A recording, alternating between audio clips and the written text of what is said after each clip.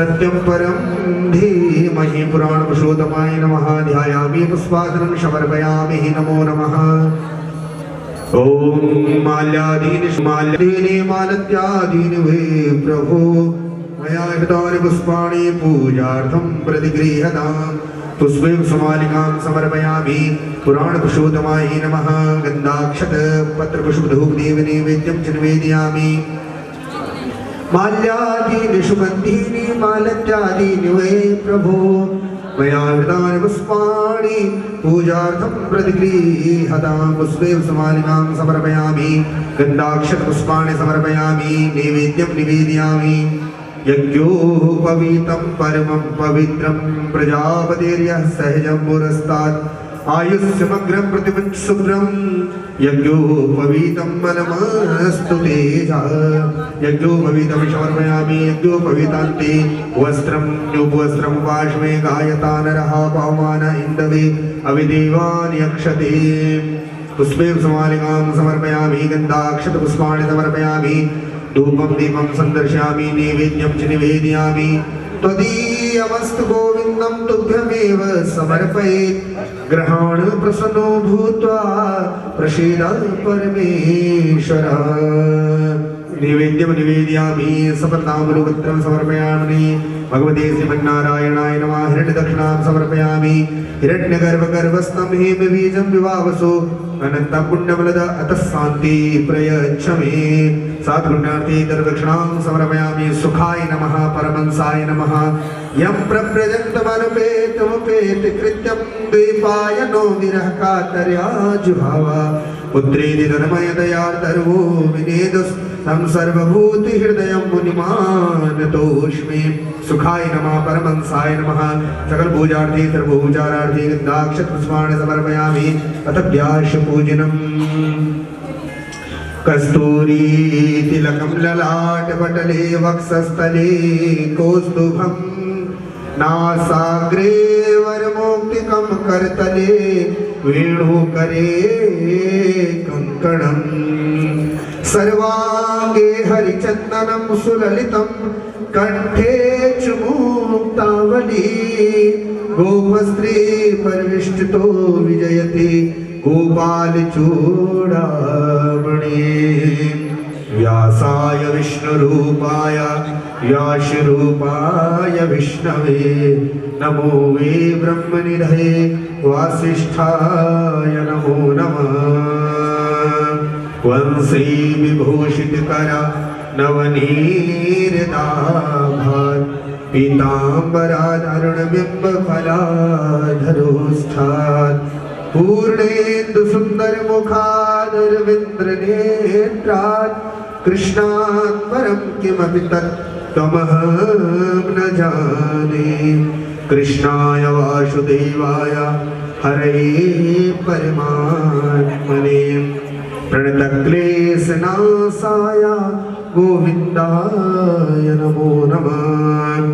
सच्चिदानन्दरूपाय विश्वोत्पत्त्यादिहेतवे तापत्रय विनाशाय श्रीकृष्णाय वयं नमः। गुरुर्ब्रह्मा गुरुर्विष्णु गुरुर्देवो महेश्वर गुरुर्साक्षात् परब्रह्म तस्मै श्री गुरवे नमः। सीतानाथ समारंभा श्री रामानंदार्य मध्यमाम् अस्मद्। बोलिए श्रीमद् भागवत महापुराण की, श्री सद्गुरुदेव भगवान की, व्यास भगवान की, श्री हनुमान जी महाराज की जय। जय श्री राधे जय जय श्री राधे जय जय श्री राधे श्याम।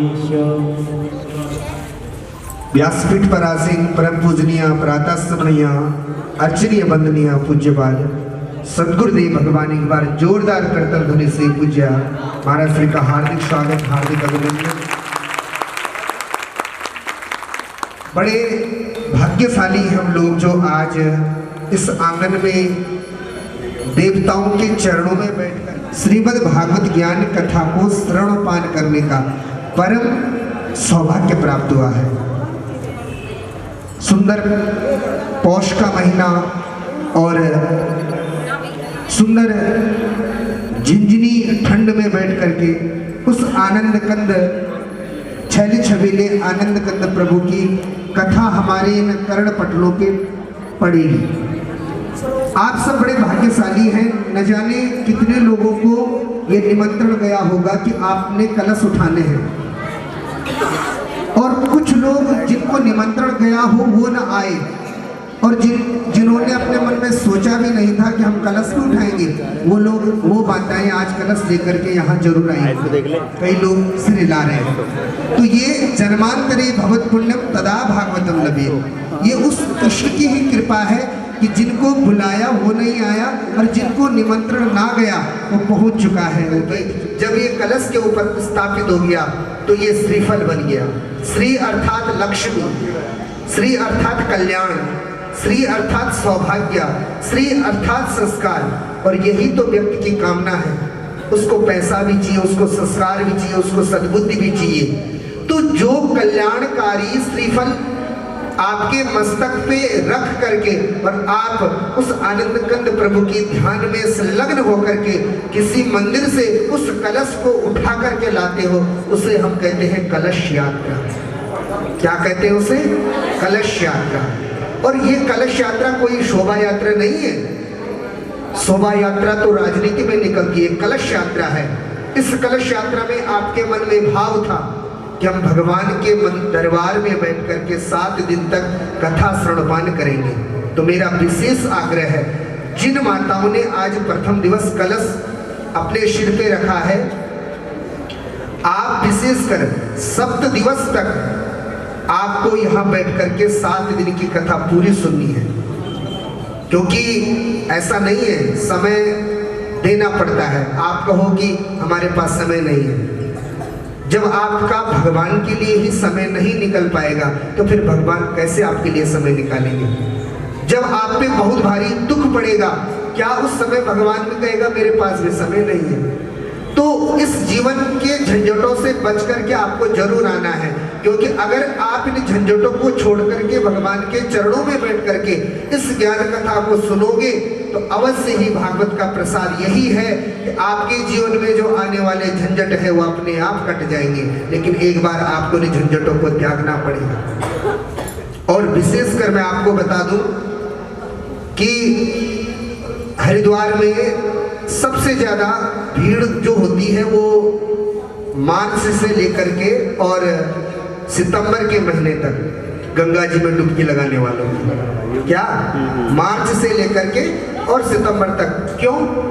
अमावस्या तो हर महीने आती है भाई, इसलिए क्योंकि ठंड हो जाती है। अब आप लोग हरिद्वार नहीं जा पाएंगे, स्वेटर भी है, टोपा भी है, ठंड बहुत है। तो उस गंगा ने कहा कि क्यों ना हम ही दिल्ली आ जाए। इस पोष के महीने भी माँ गंगा जी का स्नान करने का हमें परम सौभाग्य मिलेगा। पूज्य महाराज श्री के मुखारविंद से बहने वाली जो माँ कलकल लीलाधनी जो गंगा है, उनकी सुमधुर वाणी से हम यहाँ इस प्रांगण में बैठ करके ही दिव्य स्नान प्राप्त करेंगे। और ये स्नान ना आपके अंदर ठंड पैदा करेगा, ना आपके अंदर, ये सिर्फ और सिर्फ आपके अंदर आनंद की कथा को प्रकट करेगा। तो विशेष मैं आपसे निवेदन कर दूं कि ऐसे हित वैरागी संत जिन्होंने कथा किसी संत वैरागी के मुख से अगर सुनने को मिल जाए तो जीवन का असली आनंद उसी में ही है। क्योंकि किसी भक्त ने बहुत अच्छा लिखा कि अगर हाथों में लकीर न हो, ध्यान देना, अगर हाथों में लकीर न हो तो सोचते हैं कि किस्मत अच्छी नहीं है। हम कहते हैं हमारी हाथों में भाग्य रेखा नहीं है, कर्म रेखा नहीं है। अगर हाथों में लकीर न हो तो कहते हैं कि किस्मत अच्छी नहीं होती। लेकिन मेरा मानना कुछ और है।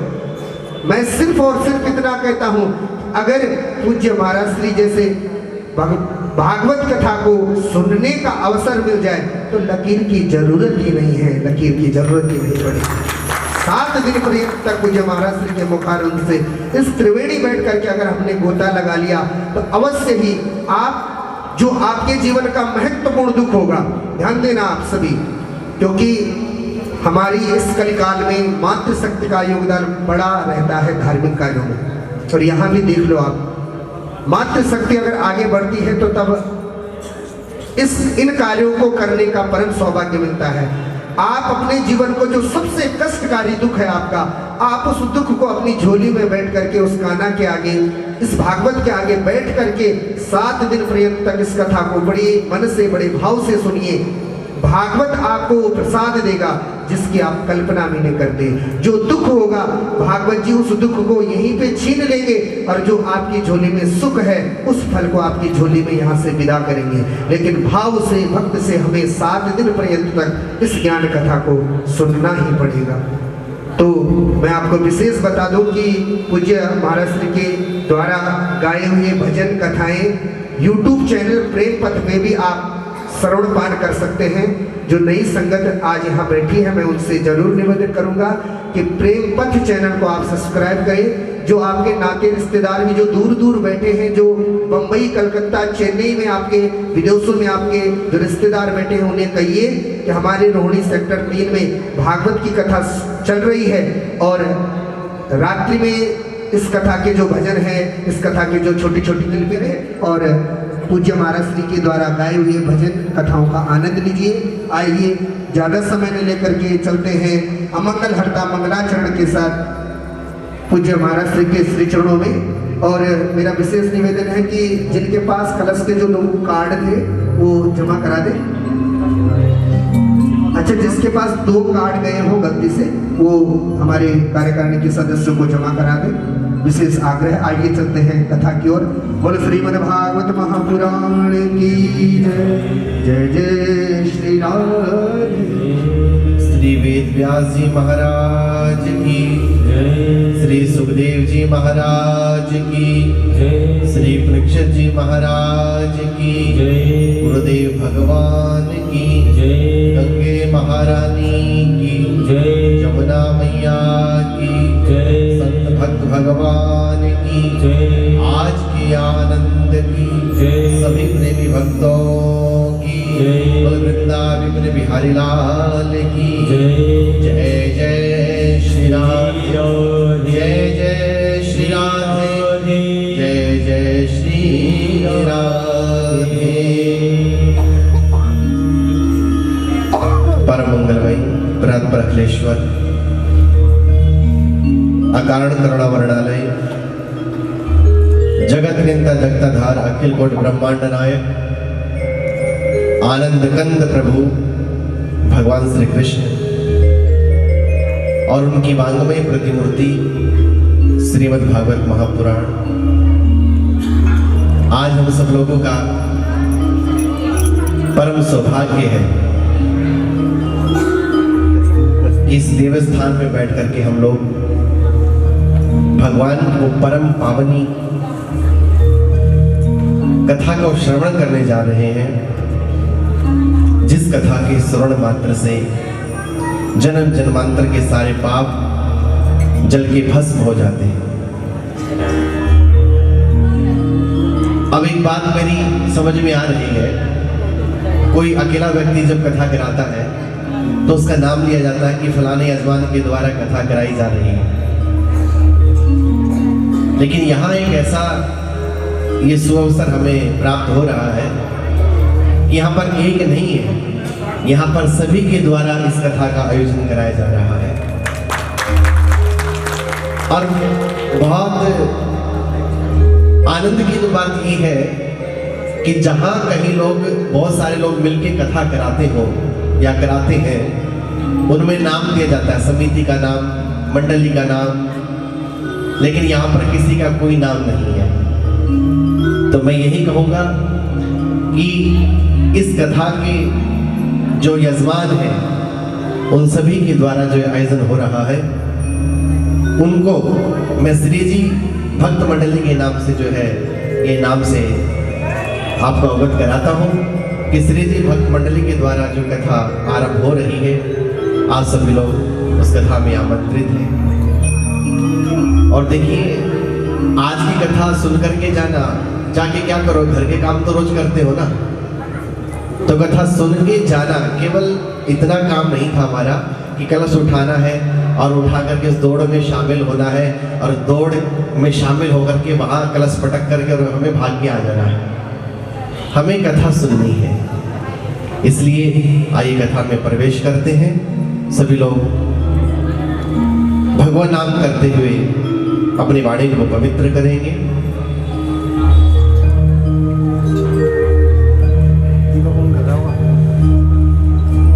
अब सौंप दिया इस जीवन का सब भार तुम्हारे हाथों में।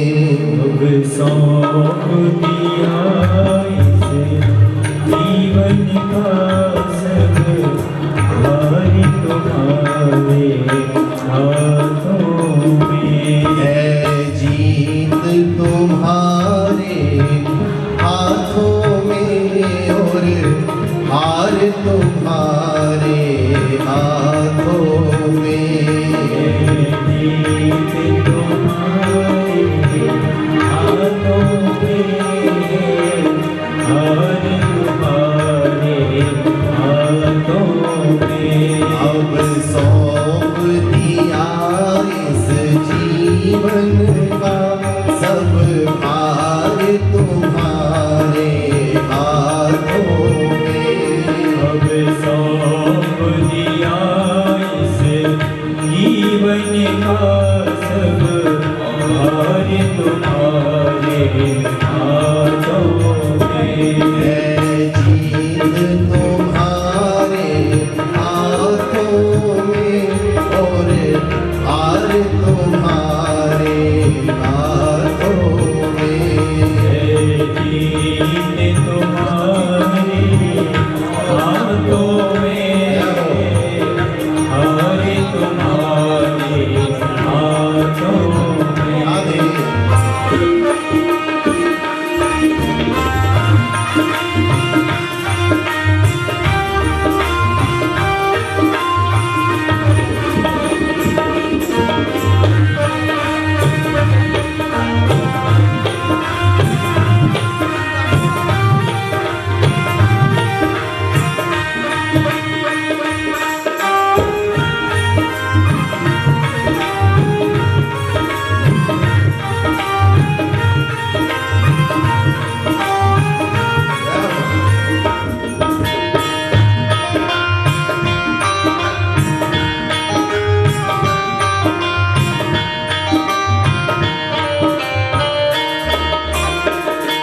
मेरा तो निश्चय एक यही, एक बार तुम्हें पा जाऊं मैं। मेरा तो निश्चय एक यही, एक बार तुम्हें पा जाऊं मैं।